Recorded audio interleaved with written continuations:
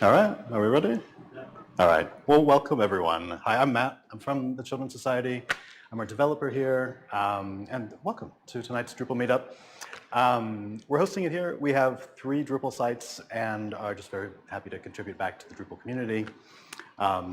Let's see, so I'll give you a couple of, I think most of you have been here before, but just in case, there's a small balcony out there. If you need to smoke or vape or anything, you're welcome to go out there. Toilets are right through here. The escape, if there's a fire, there will not be a fire, of course, but it's just through there.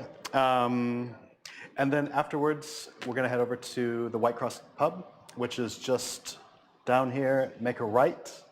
And again, most of you have been here before and you probably know the way. But in case not, it's very easy to get to. Please join us if you're not, if you have time. Yeah, so those are the basics. So we can get started. Tonight's first speaker, I'm really looking forward to his presentation because I know very little about what he's going to be talking about. Oh, wait. Before I get to that, I should tell you we're starting a website. It's the Drupal London website.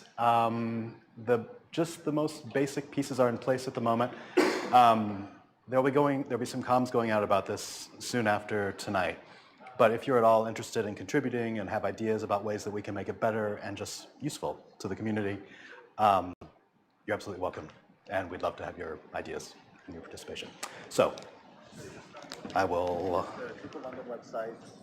pull this up and hand it over to you, Alastair. So, as I was saying, tonight's first speaker is Alastair from Manifesto.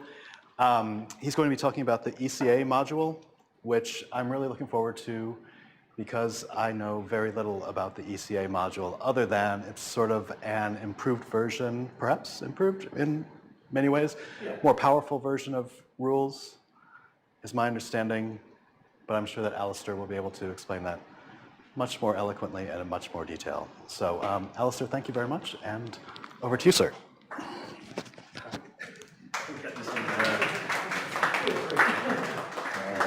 All right, okay. Move it some. There we go. Brilliant.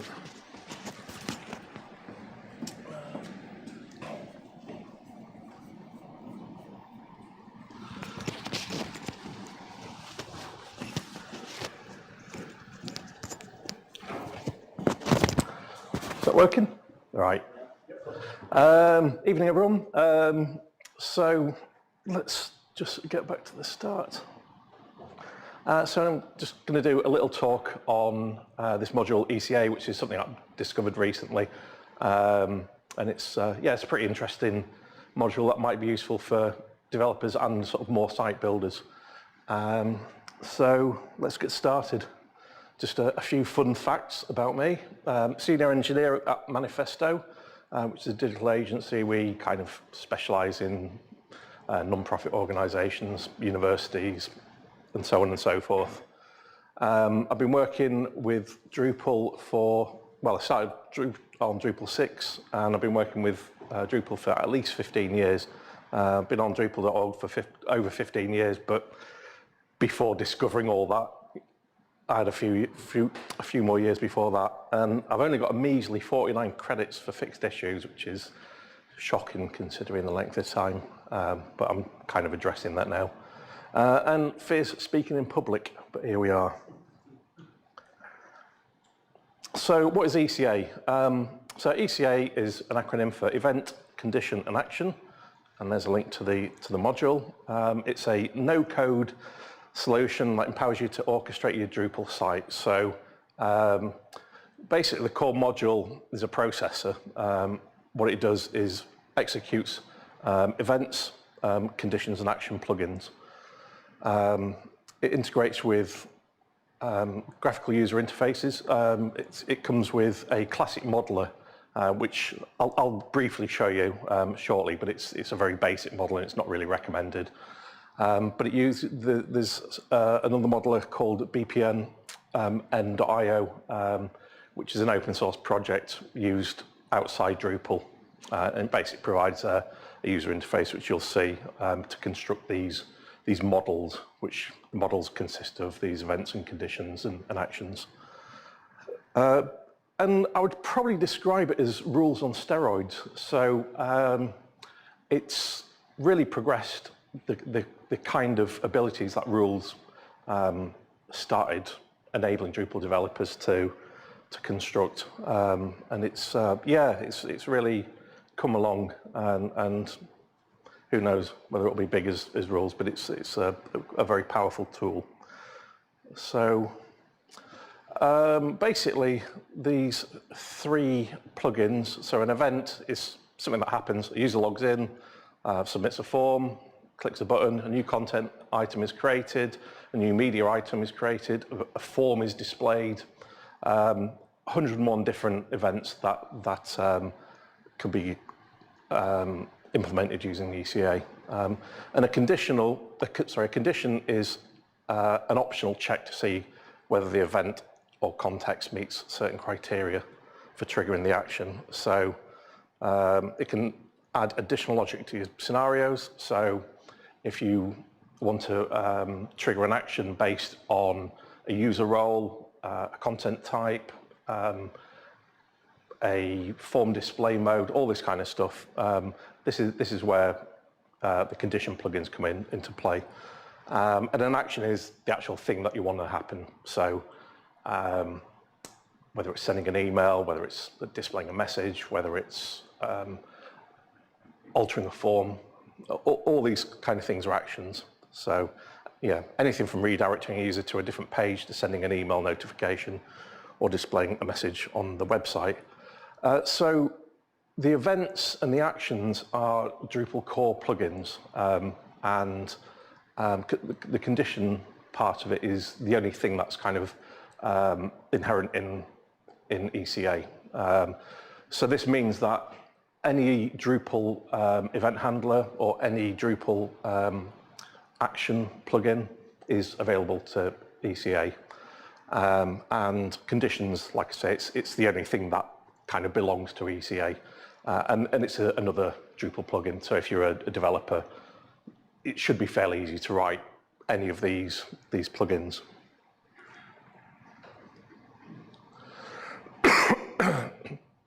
How does it work? So ECA is a processor, nothing more or less.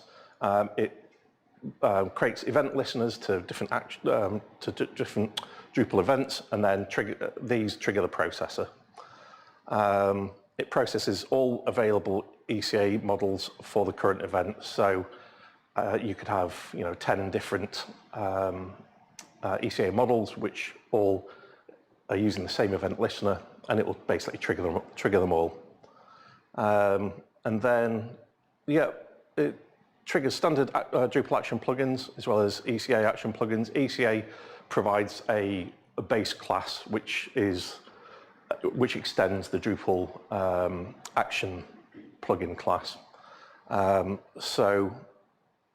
And it kind of adds a little bit extra, but basically the standard Drupal action plugins.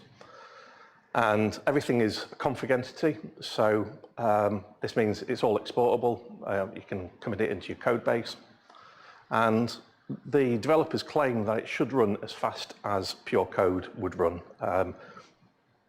Can't say whether this is true or not, but it certainly seems to be quick enough in practice. So what can you do with ECA? So plugin support actions, events, actions, and conditions for config, content and forms, files, users, views, workflow, caching, so you can clear the cache depending on certain events. So you can clear cache or invalidate cache tags, language and translations, and if user migrate API, you can you can trigger actions that behave on certain migration events. So what can't you do? Well, not much, it seems. So let's have a look at a few examples. Live demonstration.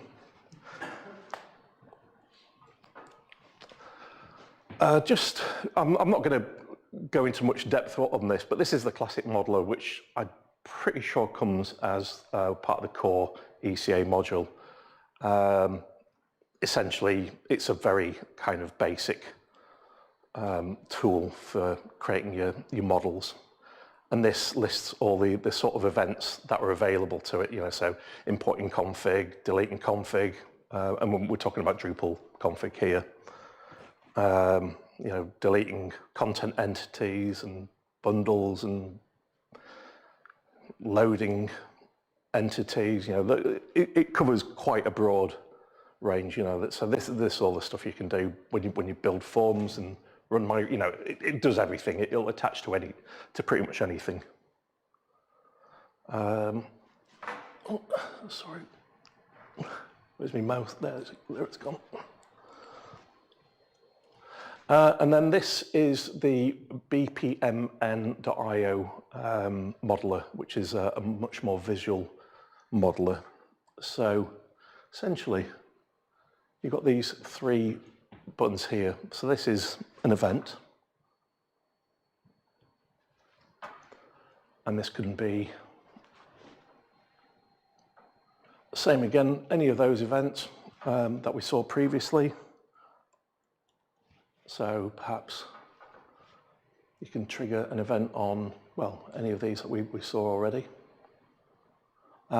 It says content entities, but that refers actually to just general Drupal entities. So it could be media, it could be users, it could be user roles, whatever is considered user role. No, user roles are config, aren't they? Anything that's considered a Drupal kind of content entity. So yeah, media, nodes, taxonomy terms, and so on. And then we have an action. So I'm not going to build anything. I'm just going to kind of talk you through this because we've got quite a few examples here. But these are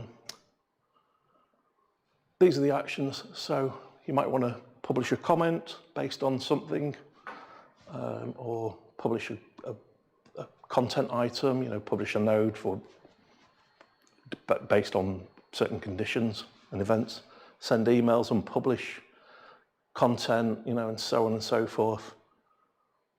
And then you have basically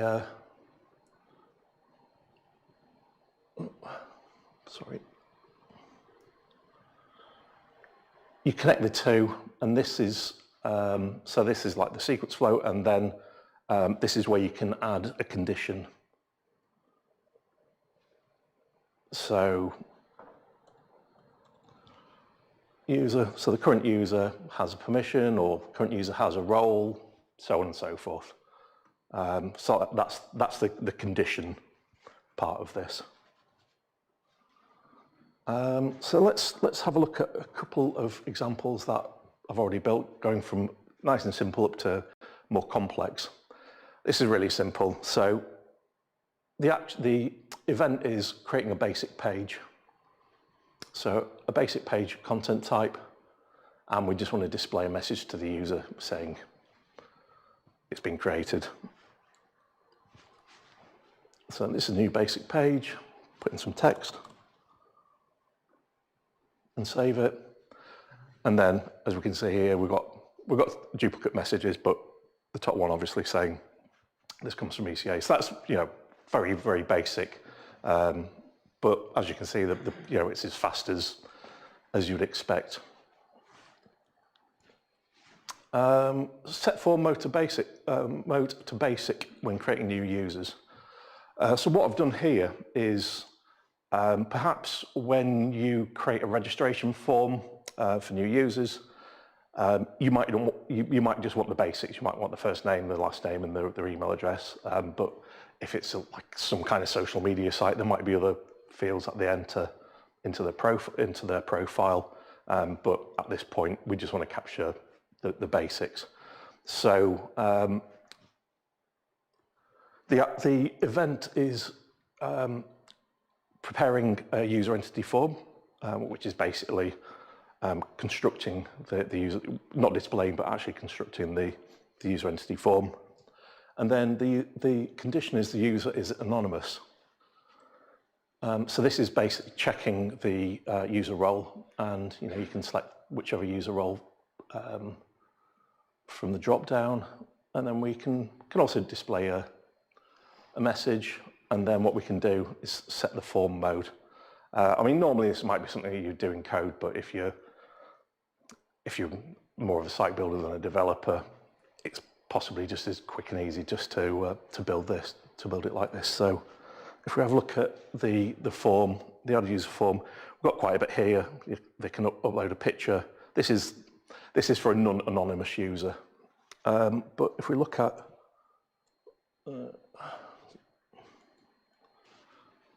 somewhere, so I'm just looking for my browser window. Let's try this.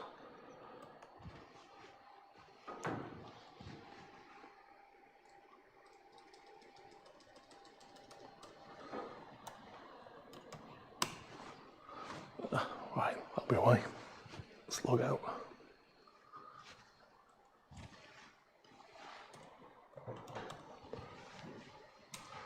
Right, so when we create a new account, we can see the form is much simplified. Basically, it's trigger the event and the condition is triggering this action, and the action is basically to set the form mode for the user form, and we can kind of see that this is actually correct. So we're using the basic, we're setting the basic view mode for the form, and you know, if we were to drag picture up somewhere here, we can see that this actually does trigger the correct. So, you know, it's an easy way to kind of trigger different display modes, and this will obviously work for nodes, you know, users, taxonomy terms. If you have a requirement to build these different forms and easily change the view mode. What's the next one? So this is kind of related. It shows how you can quite easily do form alter actions. Normally we would use hook form alter, and for the majority of cases that might be the case. But again, if you're a site builder, you're not that familiar with the code, you might want to use this. So we'll just set that to be executable, and we'll save this. And then if we have a look at our form and then just run that, we can see we've lost the field, the first name, and obviously we can set other conditions. So you know, you can see it's quite a powerful tool, really. And then more advanced things. I'm not going to go through all this because we'll be here all night. But things like you can set different, you know, like setting the theme. I mean, I think back in the Drupal 6 day, there was, I can't even think what the module is. You probably remember there was like a module for changing the active theme or something, whatever I can't remember what it was called. But here, what we can do is we can say, right, if it's a article content type, and the and is a like a chain action, and the current user is anonymous, then we can set the theme to Bootstrap. If the current user role is administrator, we can set a message, and then we can set the theme. And if we have a look at the page, so we set the message of, sorry, this theme is rubbish. But if we have a look at the anonymous version, we can see it's our current, our Bootstrap theme. Trying to think of some more examples. You know, so you can do validation, so you can basically check for, you can do some additional validation on forms, which might be triggered by certain events and conditions. So things like making sure the body fields is filled out,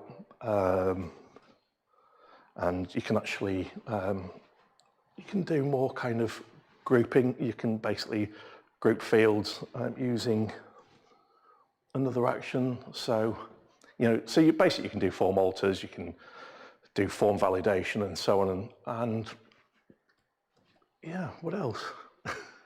Honestly, I could go on about this all night. And then more complex models where this will schedule content to be published or otherwise. So what it does is it basically uses a view to get a list of nodes that are going to get published. So if we have a look at this, so we've got a scheduled publish date. We've got two fields, published date and an unpublished date. And if I have a look at this, then we have a view that gives us a list of pages to be published. And if we have a look at that, it's still in the to be published. If I run cron with a bit of luck, this might even work. So node 5 was published automatically. Well, it's unpublished as well because I did this yesterday and the date is yesterday. So, you know, I think I've probably said all I want to do, all I want to say about this module. I think it's brilliant. It's a real powerful tool. I think it's definitely one for the site builders who want to kind of create a bit more interactivity on the site and produce business logic that would be very difficult to do without knowing the Drupal APIs and so on. Is it useful for real hardcore Drupal developers? I think it's got its place, but I think the jury's out whether it's a suitable tool for someone that does know how to write code, because obviously there's a bit more flexibility in code than kind of using graphical user interfaces to build your business logic. But you can achieve a result more quickly. yeah, I suppose so. Yeah. For certain tasks, absolutely. Another benefit could be that you can give clients access to see the logic if they ever need to know how things work and if it needs to be visible without looking at code. Yeah, absolutely. Yeah. How it works. Yeah, for sure. Yeah.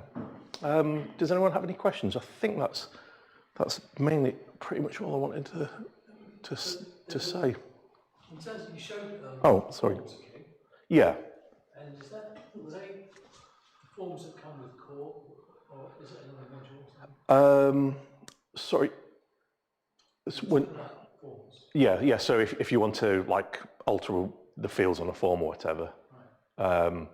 yeah, I mean it's any Drupal form. Don't know whether it works with web form, for example, but there might be a content module for ECA and web form. But for any forms that use the Drupal form API, then you can do what you want with it with this module. You know, it's pretty handy. Yeah. You need to show a guy there doing a thumbs up.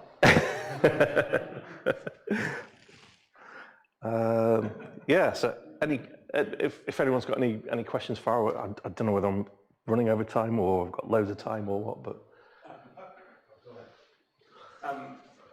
Is there a situation where you found it didn't work well as hopeful? So at this stage, it's only been a module that we've been analysing and deciding whether it's something that we're going to use. So there's nothing that has been put into actual production yet. One of the clients that I work with, they actually talked about this module, and he's quite keen for us to use it. And I think we're still discussing whether it's something that is suitable for that project. But I mean, so far with the kind of experimentation I've done with it, it's pretty powerful. It really is, and nothing that I can. Well,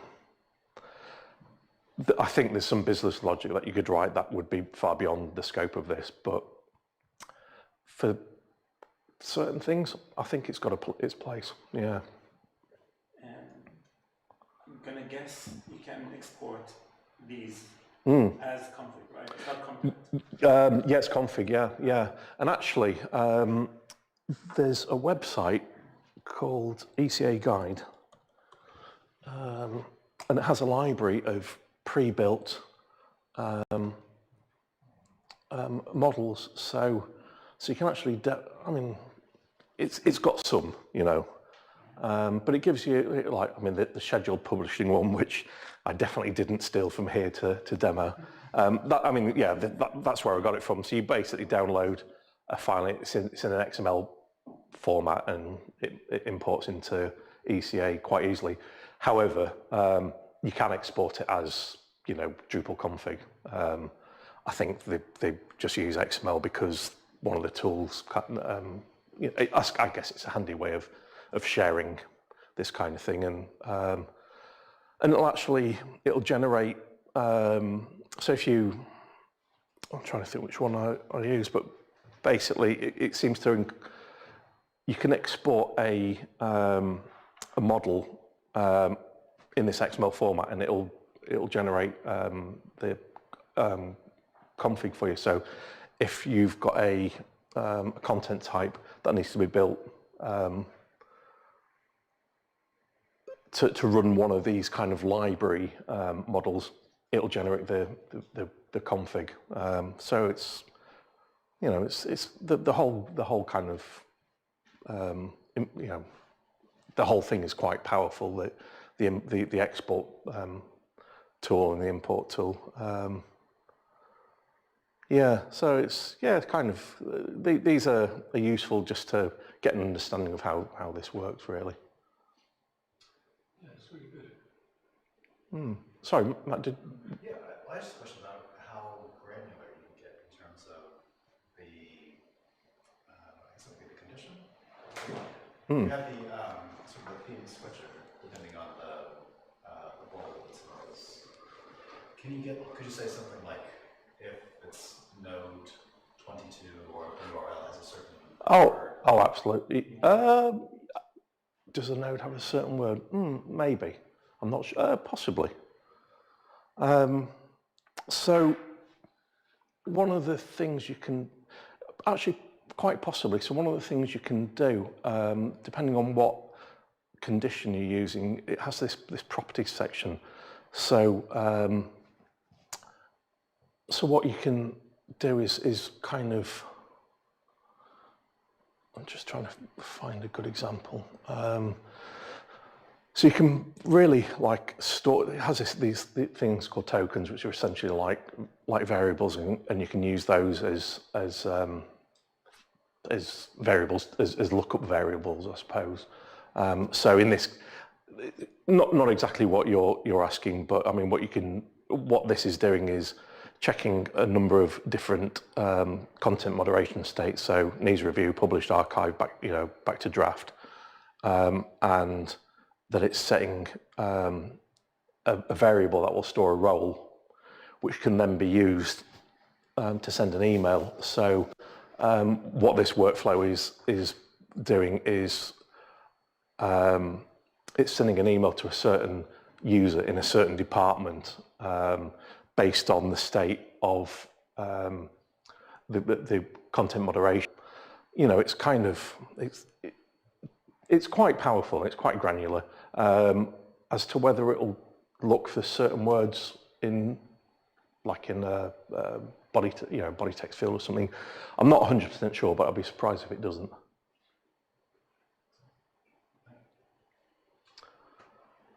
If there's, go for it. Yeah. Is there any version of Drupal that it's not compatible with? It's yeah, good question. I think it's I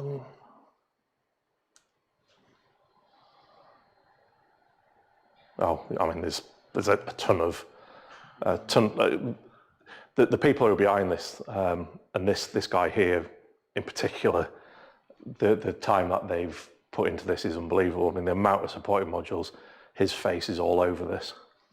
He's in all these, and that it's but basically the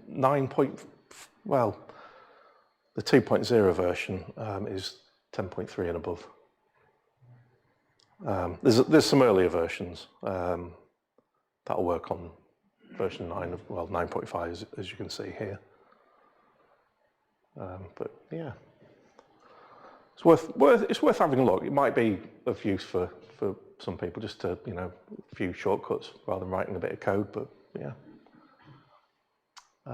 It's interesting.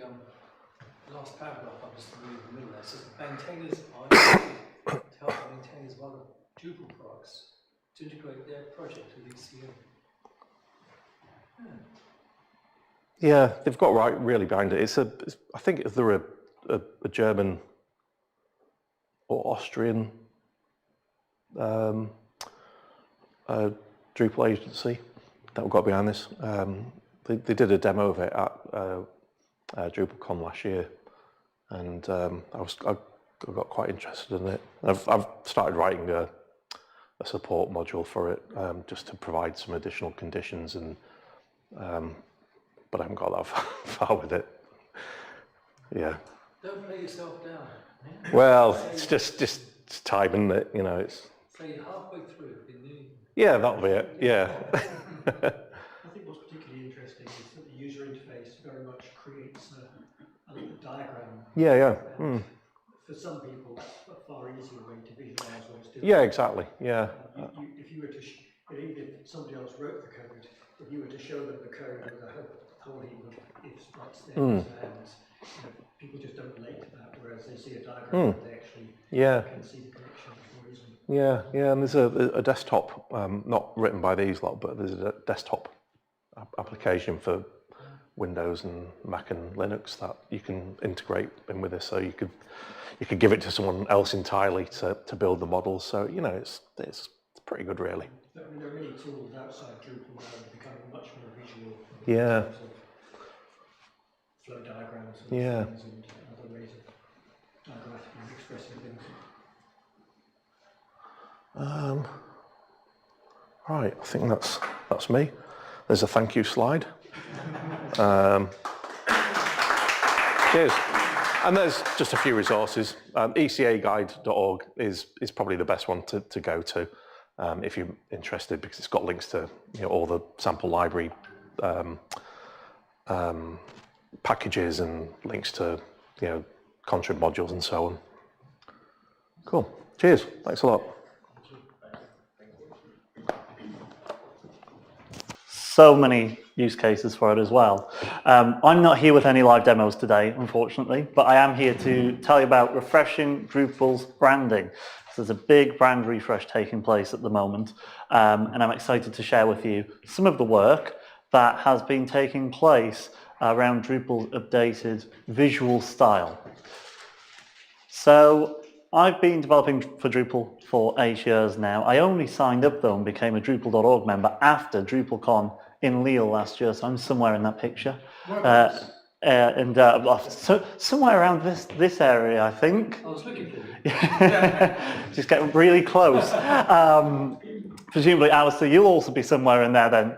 Yeah. It's like the weather, isn't it? Pointing.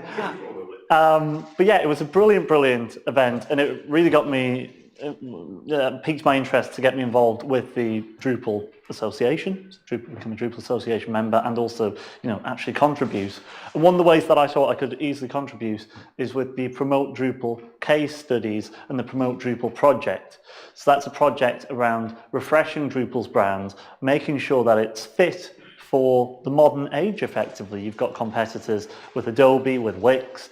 You've got, you know, self-site builders that have got a lot of money, deep pockets, and can really, you know, push their way into businesses. How do we ensure that Drupal still has that power, especially in enterprise? Now, before I start, the credits come at the beginning of this presentation, because the work that you're about to see has been done by a lot of people, and a lot of the work is from a guy called Sean. So Sean is the Senior Director, Brand and Creative for Acquia, and he's the lead designer of the rebrand. So yeah, a lot of the work that you see is his, and it's a really impressive amount of work. Then also a shout out as well to Suzanne. Suzanne is the Promote Drupal Initiative lead and the co-founder of Evolving Web in Montreal, Canada. So she's been leading this project. She stood on stage at DrupalCon Lille last year, and she announced it to the world and said for people to get involved.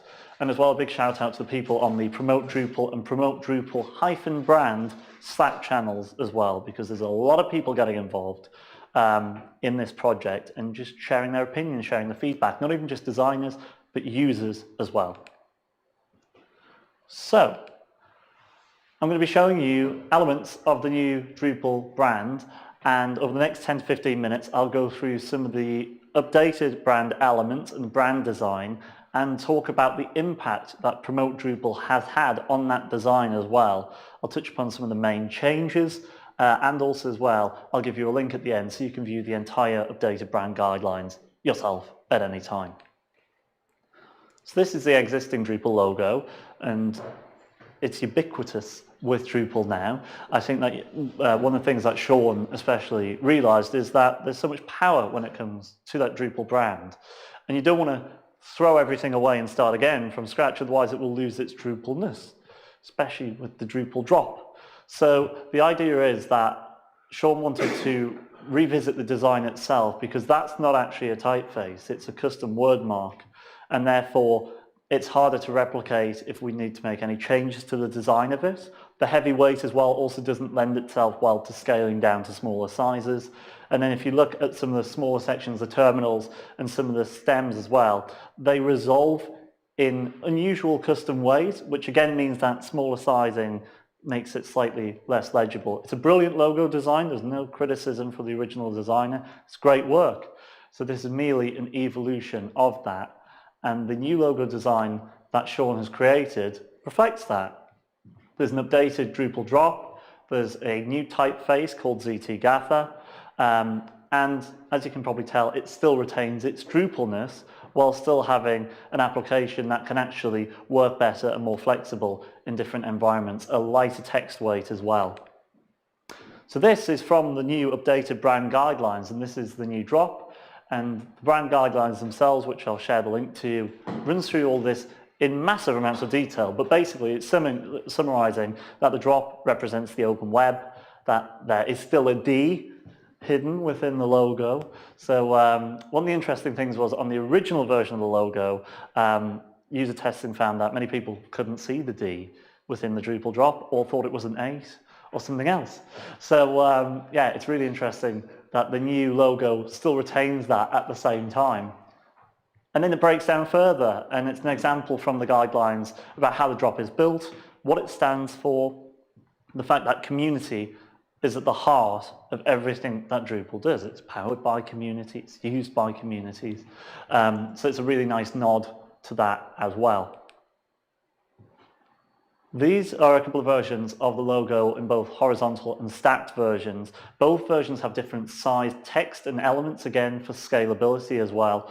And as you can see, it already opens up a lot of flexibility in terms of how you might use it. If you want to have the horizontal version for the desktop navigation, and then maybe the stacked version for a mobile nav, it really opens up the options.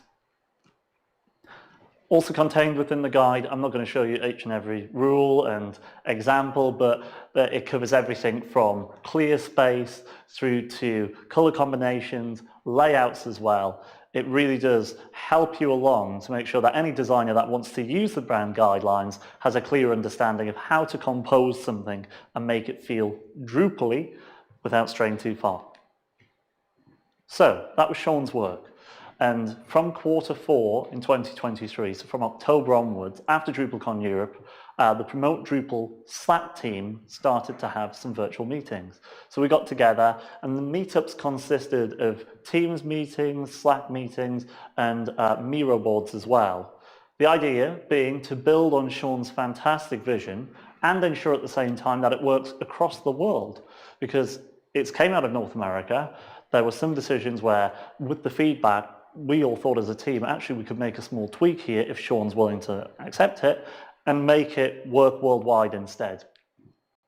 So you said WP guidelines, is that work in progress? Yes, WIP work in progress guidelines. So what I'll do now is I'll show you, so this is one of the Miro board examples from one of the brand exploration feedback sessions. We pulled up each of Sean's pieces of work, and then underneath it we put what we liked, what we wondered could change, and then go through it. So there was comments around love the color, love the freeing feeling of diversity, People asking, what will this be used for? It's a valid question because the descriptions were quite ambiguous. Again, a shout out for people if they watch on the stream or also here as well, the Slack usernames of some of the session contributors. I'm sure I've missed some off, so if I have, apologies, but it's been a real team progress to get this to a point where it will work hopefully for all different Drupal meetups, Drupal events, and Drupal companies as well. So let's start with this. So yes, as pointed out, really, really well done to do that because it might not be obvious. WIP, work in progress. This was the work in progress brand guideline from Sean, and this was for the brand colors. Now, the Promote Drupal team thought that they were great, but at the same time, designers should really be giving a little bit more information about how to use the colors, where they should be used, what the importance of the colors are. Is that green color as important as the blue, for example?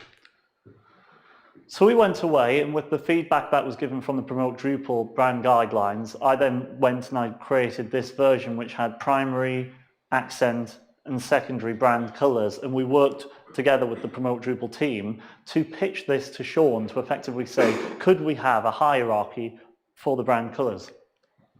And Sean's brilliant. He said, yes, why not? So this is the final version, which incorporates the Promote Drupal adjustments and his original designs. So now all of the new colors have a primary, secondary, and tertiary set of colors. They also all have their hex values. They have their other information as well, and the brand colors too. So now, for example, great example being the Drupal London website. If you're wanting to have a homepage that feels really, really Drupal, you might want to start with the primary colors, but then you might want to have a tertiary color, maybe as a highlight section, or maybe you want to pull in a bit of the new Drupal purple color as a tooltip or something like that to add extra flair to the page.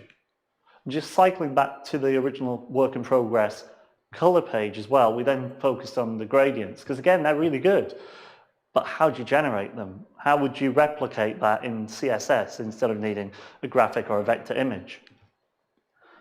So we had the idea, well, why don't we generate those gradients from the colors of those new brand colors? So that way you've got a starting point for the beginning and end of each gradient, and then you can do it to your heart's content, get the hex codes, and suddenly generate your own gradients. And again, the idea being that we've got primary and secondary gradients. So Sean took that on board, and then in the final brand guidelines, there's now primary, secondary, and tertiary gradients as well. And they start with one core color and end with the other. So at any point in time, you can mix and match. What I will also say is as well, Sean's done a great job with the accessibility side of things. So there's a lot of guidelines around what colors to use and when to make sure that WCAG accessibility guidelines can be met, so that you've not got people that can't read text or legibility. Then we looked at the typeface. This is ZT Gaffer. This is the font which was selected for the new Drupal wordmark on the logo. And it's a brilliant font. It looks very Drupal-y. I agree with what Sean said, where Suzanne said that Sean picked it because it looks very much like the older typeface, but with a few tweaks. One of the fun things about ZT Gaffer is it has alternative characters. So if you press a combination on your keyboard, you can then find separate characters for some of the main letter forms. But one of the problems that we found, and it's not a criticism of the typeface, it's more about the requirements that Drupal has, is the fact that all it has there is the Latin basic alphabet character set.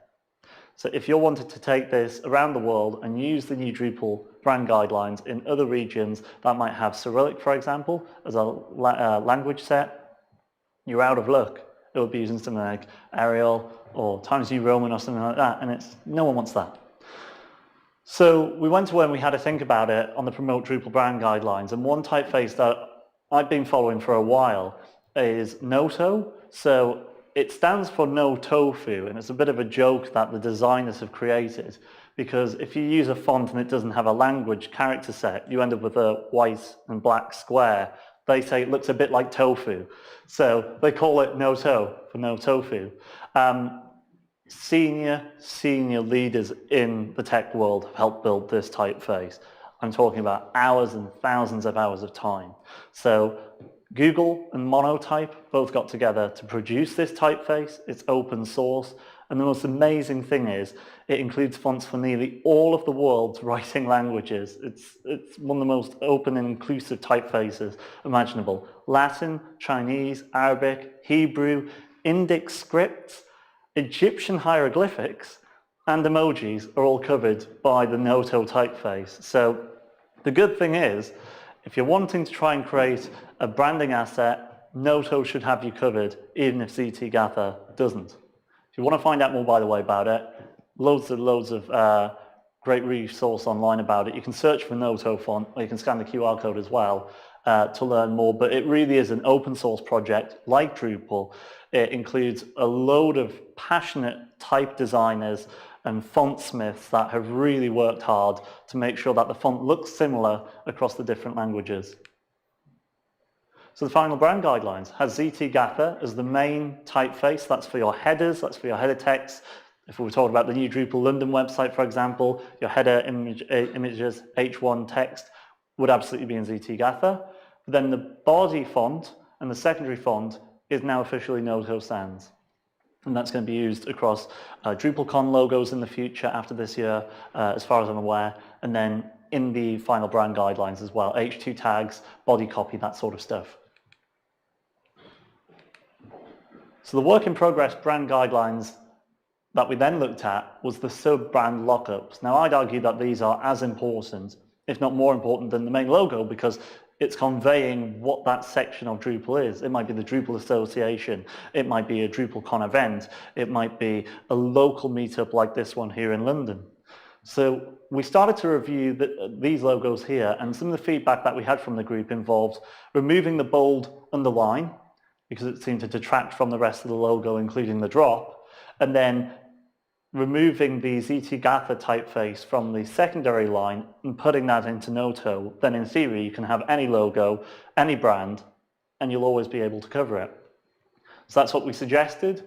We suggested removing the underline, potentially having a 2-color combination or a single color combination as well. That's just showing how it looks on a blue background. We're not trying to be Facebook with a blue square logo. And Sean adopted it. So the final versions, you can have either a 2-tone logo or you can have a single color logo. The underline's removed, and that's in Noto, the final subline. And what that means is that you can literally have it saying anything. Drupal second line, you can put whatever you want and it will work as a nice functional brand. Some example sub-brands as well. This was with multilingual support. This is what we pitched. This is the power of Noto.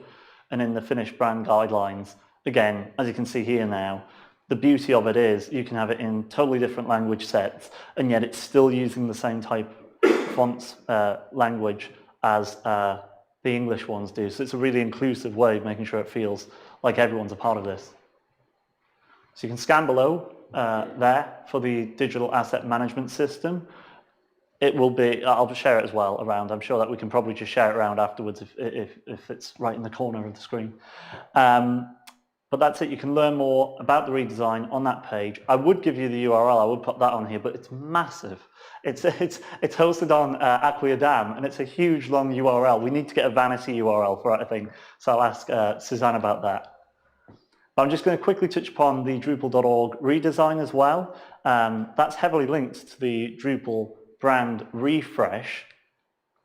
Just got a little bit of info about this one. So the website redesign is still ongoing. It's a work in progress. We've just confirmed a new set of icons which will be used, phosphor icons. They're also used in the product apparently. So it's going to be a nice unifying design.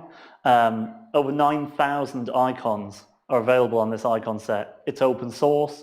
You've got 2-tone versions as well. If you can't find an icon for the use that you want, maybe just try typing something else in, because I bashed in all sorts of weird things on the Phosphor website, and you can find an icon for it. So yeah, it's really, really handy in that sense that you shouldn't have to really draw icons. You can change the line weights as well of it as well. But you can also get involved. We get involved and connect every few weeks you can join the Promote Drupal Slack channel and attend the async meetings if you want to. And even if you don't want to do any of the design stuff, there's tone of voice work that you can get involved with, or even you can just sit on some of the calls and just say, I like this, I don't like this, and say why. So you can really help shape the brand. Suzanne also mentioned to me that there is a URL for this, drupal.org/marketing. So that one does have a vanity URL. So drupal.org/marketing, if you want to get more information or sign up. The last time we met up was last night, where we were talking about the icon sets and things like that. I spoke for quite a while, so is there any questions around any of that work? I've got a question. Yeah, go. So you mentioned at the very beginning that you put in the word enterprise, okay? Yeah. And Dries, back in, I imagine, 2010, started to focus on the enterprise. And now, I think it's been suggested and perhaps identified that if you focus only on enterprise and you don't encompass the wider distribution where perhaps Drupal used to play, Yeah. then maybe new people, young people, aren't coming into the same sphere with Drupal as they used to. So the age of people using Drupal is getting older, the mean age, and we need to try and attract younger people. Has that ever been raised in terms of this sort of in targeting? Yeah, absolutely. For people, if they're watching back there, talking about enterprise, talking about licensing, and younger people being brought up through Drupal, with it focusing more on enterprise. Absolutely, that was one of the core points. It can't just be enterprise. There has to be other sections to it and other avenues to it. I first came into Drupal through enterprise, so that seems to be a trend now for people. I'm 29 and I came in through enterprise, but one of the key things with this brand is trying to bring down, in some ways, the mean age. So having designs that better reflect modern design trends. So you've got on one of the beginning slides, the design of the different retro GUI elements, for example. Sean did some great research into how that should look, the color combinations. The tone of voice is another key area which I haven't even touched upon here. It's only been on the design around how we bring people into Drupal. I mean, one of the great things is the fact that it's so receptive and so quick to make changes. I mean, I mentioned to Suzanne, and I also mentioned to Dries actually, at DrupalCon last year, was around the fact you went onto Drupal.org and it was mentioning about Drupal 7, but it said Drupal 7 is end of life. Now, if I didn't know that Drupal 7 was the older version of Drupal, I might land on that page and go, oh, that's a shame. They've shut up shop, oh well, and then go somewhere else. So it's absolutely important to strike that balance right between enterprise and anyone else that wants to use it, hobbyists, small independent businesses, smaller businesses as well. Some of the research that the team have done as well has shown that if larger brands are using a CMS like Drupal, smaller brands are more likely to then also say, well, I'll try that. If it's good enough for XYZ brand, it would be good enough for my brand too. But it is around also making sure that individual people, hobbyists, also have the opportunity to sign up. Starshot fits in. Yeah. Because it's trying to make the learning curve less steep. Yeah. It's trying to bring it down. Yeah, and I think Starshot's a great example there because it is absolutely about trying to make sure that that initial barrier to entry is reduced. Because I think that we'll all agree, when you first get started with Drupal, it can be a real steep learning curve. And you learn a little bit and you feel like you're on top of the world and you think, that's it, I know everything there is to know about Drupal. And then you learn some more, you learn another module, or something goes wrong, and then you've got to diagnose what it is. And then you suddenly stumble upon Drush and you go, what's Drush? How do I learn about that? And then suddenly your confidence goes down the floor. But with something like Starshot, again, you're getting that pre-made recipe effectively to learn from the start. So yeah, I absolutely think that, it's vitally important for the future of Drupal. I don't think it's underestimating the power of what this Promote Drupal brand is about. It's about ensuring that there's new, younger people coming into Drupal because it's such an important Another thing I was thinking, I was looking at the way all the different colours were looked at. Yeah. And in my mind, I was scratching my head thinking, hey, it's always been blue, what's wrong with blue? Why are we looking at all these colours? And then over time I thought, hang on, I sound like an old fart. I'll put the colours back up just so. You know, I'm sure it can appeal to more people if they like different colours or something. Yeah, so I think again with some of the flexibility on this, it's around just making sure that you're not restricted. If you've only got blues, dark blues and light blues and only hues of the same colour, you then end up with almost a monochromatic website. And if you look at any website these days, they have secondary and tertiary colours to be able to draw attention. I mean, you can go really to one end and something like Temu where they've got so many adverts and colours and pop-ups on the screen that it's, you know, it's impossible to process everything, and that's by design as well, to get people to spend money on questionable products of bad quality. But then on the other end, you've got, you know, even educational institutes, gov.uk, the government website, who really work well with their colour palette to ensure that people can navigate around complex websites. And Drupal.org is a beast. Oh, yeah. I think that, you know, the reason it's still on Drupal 7 in part is because of how big it is. But this drive to Drupal 10 allows us to go, well, how would people navigate around? Do you want to go to the download section? Potentially, if you're new to Drupal.org, you want to download the product and play around with it, or get the CLI information. Or then, on the other hand, you might want to learn more about it, see some case studies, say, well, who's using this before I jump in and learn more? Or you might want to go to, you know, a membership area, and the colours will be able to help signpost you around and navigate you through the rabbit warren of the sitemap. So yeah, it does look different and somewhat drastically different. The Ubuntu typeface is gone, ZTGather and Noto are in, but at the same time, it hopefully hasn't lost too much of its Drupalness that if you land on the site, you still think, oh, okay, it's Drupal. Any other questions? Go for it, Alastair. So when do we expect to see this? So 2030, no, I'm joking. It's starting to roll out slowly. It's part of the new Drupal.org build for the Drupal 10 version, or potentially 11 version of Drupal.org. And they are rolling it out. So for example, they were at, I forgot the name of the web convention now, that's really annoying. There was a web convention earlier in the year. For the first time, Drupal had a stand at it.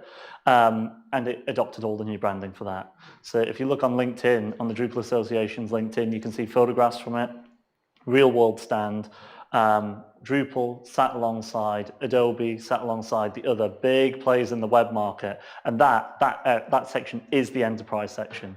But adopting the new brand already and getting it in front of decision makers that then, you know, sit in the boardrooms or go to the C-suite around making the decisions with the, hopefully the aim down the line to then try and, you know, say to those organizations, look, if you're using our product, how can you contribute back to, you know, the overall, you know, product and the overall community?